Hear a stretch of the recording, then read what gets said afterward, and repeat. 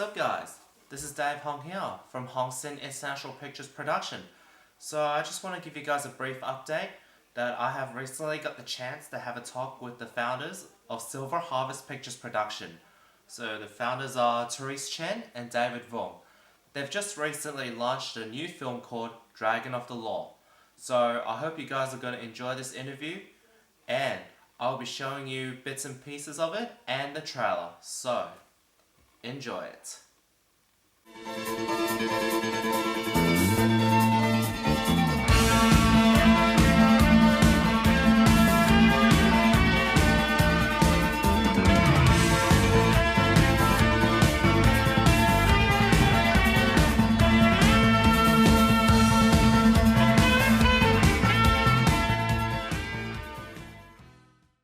Hey guys, why don't you just tell us about yourselves, what you normally do? My name's Therese Chen, and I'm the producer of the movie. He's so funny. No, I'm Therese, and I normally edit. I usually edit for a film production company from Phoenix side, but me and David Vuong were the co-founders of Silver Harvest, and I'm the main producer. So, how does it feel like creating this project? Okay, well, well, for everything that's happened, I'm glad we made it. We got it done. So yay us on that. But yeah, I don't think, looking back to when it all started, I honestly did not expect it to be as large as it turned out, because it was really initially meant to be a very, very simple idea. It was just meant to be like a 2-day shoot, just like him versus Michael again, because we have shot a fight between them two before.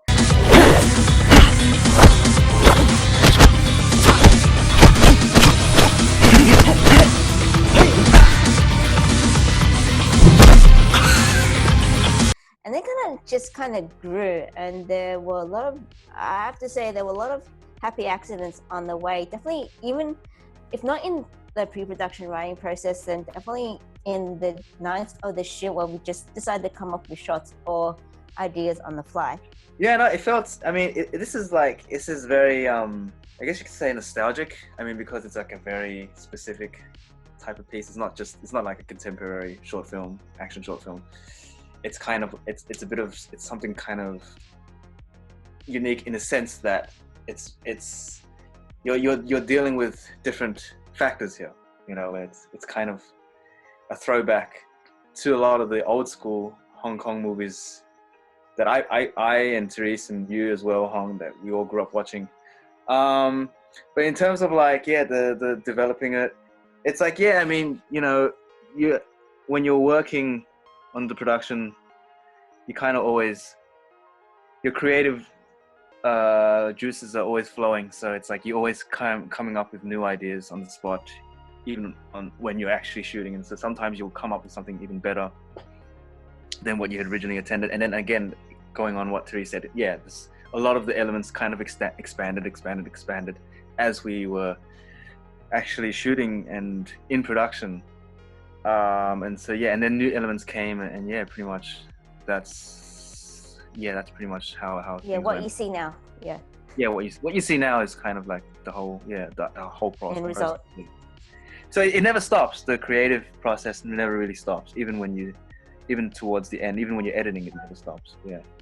And I think a lot of it's a very common thing with creatives where you never feel like you've done enough. You always want to add things, but you do have to enforce the self-discipline, otherwise you don't finish anything. So there is a balance to be met. Focusing on the lighter and the cigarette. As part of us as Asian Australians, how does it feel like, how do you feel the landscape of this? I think when it comes to the current social, current sphere in terms of action films, especially indie films, there are lots of groups out there that have done it for almost nearly a decade or even older, but the majority of them aren't Australian. Most of them are from the United States, so I'm gonna have to give a shout out to the guys from Marshall Club, Team Red Pro, even in Europe, where there are a lot of people from Germany, so VDAN, or like Andy Long. Team Bay with and the, Mag Fighters or Magnificent yeah, Fighters. yeah. So like when it comes to Australian, honestly, the only people that have done it for so long is, people like Maria Tran and like Timothy Olai, and it's not a very large group. I don't think of it as people should like it just because I'm Asian Australian, but it is something that I've had in mind that, Asian Australians exist. And I don't think it's something that the Australian media shows enough. Yeah. Yeah, I guess I never really thought about that aspect of it too much. I guess I've always just seen myself more just as a filmmaker and as a creator, not to sound too pretentious, as a quote unquote artist. And it's just I find myself as a filmmaker trying to just make the type of stuff that I want to see, I guess.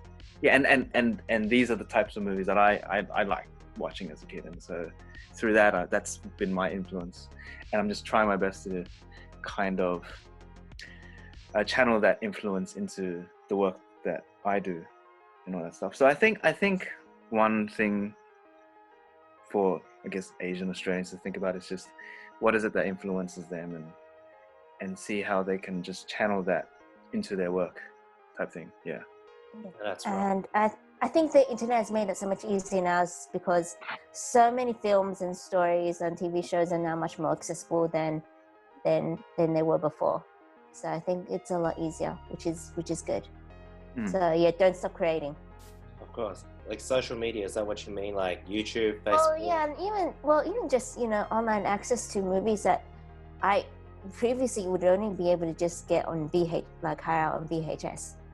Or like DVD on Blu-ray now, like especially when it comes to like movies that were made like overseas. Like I probably wouldn't. A lot of people can say that they got those, like borrowed those movies. They used to borrow those movies from Blockbuster and everything. Now they can purchase it off online on the internet. They're so much more accessible, which is good. Tell me, David, as a director and a screenplay writer, well, Therese as well. What's the story like? It's actually about, like, what's the plot behind it itself? So it's about a inspector who is about to crack probably one of the biggest cases of his life, and this case is big because he's got a little bit of a personal attachment to this particular case, and I guess that's what makes it kind of dangerous for him, is that personal connection he has to the case. And yeah, that's pretty much the gist of the story. Yeah. 呢啲係檢察官陳傑，目標人物出現啦，我而家要去逮捕佢。 Alrighty, so, and David, how'd you come up with those ideas? Like, where'd you get that from? Like, Yeah, like obviously a lot of the movies from that era were kind of influences, right? But two of the main films that I always went back to was one, Jackie Chan's Police Story, and the second one was John Woo's Hard Boiled, starring Chow Yun-fat. But then, like, of course, like with Police Story, like the fighting and the stunt work, right? But with John Woo, the influence I got from John Woo is that if you watch a lot of John Woo movies like Hard Boiled and, as I mentioned, then The Killer, there's always this relationship between police officer and criminal. It's not so, and that's what kind of makes things complicated, is that sometimes, even though they're both men are on opposite sides of the law, there's something else kind of connecting them, and especially like in Hard Boiled, Tony Leung's character and Chow Yun-fat's character. At first, Chow Yun-fat doesn't know that Tony Leung is actually an undercover cop, and so kind of this weird, unlikely relationship is formed. And so there's a little bit of that in this film as well, a little bit, just a tiny bit as well. It's like there's that kind of like, there's something else going on between these two, rather than just good guy and bad guy type thing. and how does that kind of affect one and the other? I also think it just says a lot about, people, and usually a lot of times it's not so black and white. And when it comes to be like on opposite sides of the law, it doesn't actually take a lot to turn. Yeah, I noticed the screen adaptation. So that was you two that came up with the idea. Yeah. I mean, I guess I kind of came up with the idea. I came up with like a loose thread of the story. I guess you could say like kind of like the spine of the story, and then me and Therese, we turned it into the screenplay. We wrote it as a screenplay, and yeah. All right, Therese, cool. do you want to say anything to that? Well, yeah, I guess it's one thing to write a story, but whether or not it actually works on a screen, which is a visual as well as audio medium, is a totally different matter. So sometimes some story beats you want don't quite work. So there comes a lot of revisioning. Was Zhao Tianba or Jiu Tianba? Yeah, 九天吧, 早天吧, Mandarin 早天吧, or Cantonese, 九天吧, He was an ex-cop, right? Yeah. So he used, yes. So the idea is that he used to be on the force with Kit. Possibly they were partners, maybe. And they used to be good friends because they were both on the force together. But something happened. One decided to, leave the force and pursue a different type of lifestyle, while the other stayed, of course. And yeah, that's kind of there's a little bit of there's a bit of a history between the two. Yeah. As I can't help noticing, as you did the editing, you acted, directing, Right. and what was it, the Right, voice yeah. dubbing as well? How'd you manage all that? How does it feel like? It's I don't know. It's like it's funny. It's like when you put it like that, it's like you make me look like I did all this work, but it was just the directing was just pretty much telling people to do what I wanted them to do. The acting side was more like, it was more because if I was in the film, I knew I could rely on a lead coming on time, the lead actor coming on set on time, most days when there was no traffic. so it was, and the voice dubbing, that was just because, it just saves time for me to get someone else to do the voice. You know what I mean? I guess I did all that stuff mainly purely out of just convenience. Purely out of convenience. It's just easier. Usually it's easier to do. I mean, again, because I'm a bit of a control freak as well. So it's like if I could hold the camera, if I could do everything, I would if I could. But of course, you can't do everything, right? So wherever I could, I would just take on that role, because again, it just saves time rather than hiring someone else or getting someone else to do it, and that kind of thing. And not as much of a weight on my shoulders as you make it sound to be. Maybe, I mean, it was just, again, as I said, it was just purely out of convenience. But also going back to kind of what we mentioned, that me and Therese mentioned earlier, when you're working on small production, you kind of have to just take on multiple roles, because it's very independent, very low, super zero, low budget type of thing. So you can't really afford to hire all these people, right? This is what happens when we have low budget skateboards.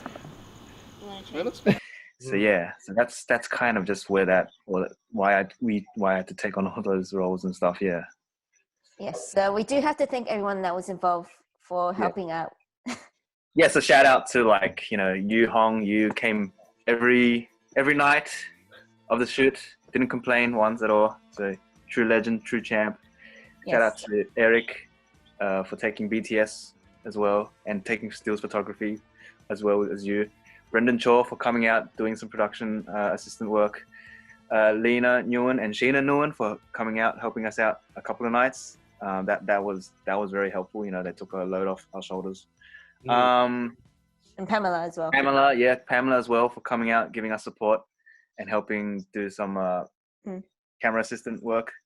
And also, one person I'd really like to thank as well is Anthony Dung, Australian stunt guy, and he came out a couple of nights to help with some of the previous work. So without him, it would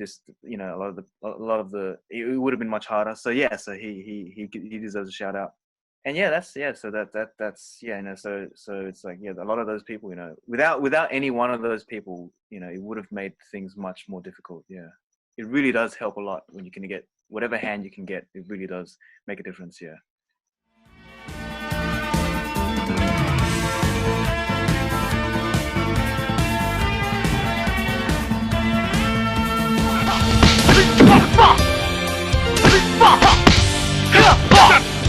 Chào天Bảo，你唔好路走啦。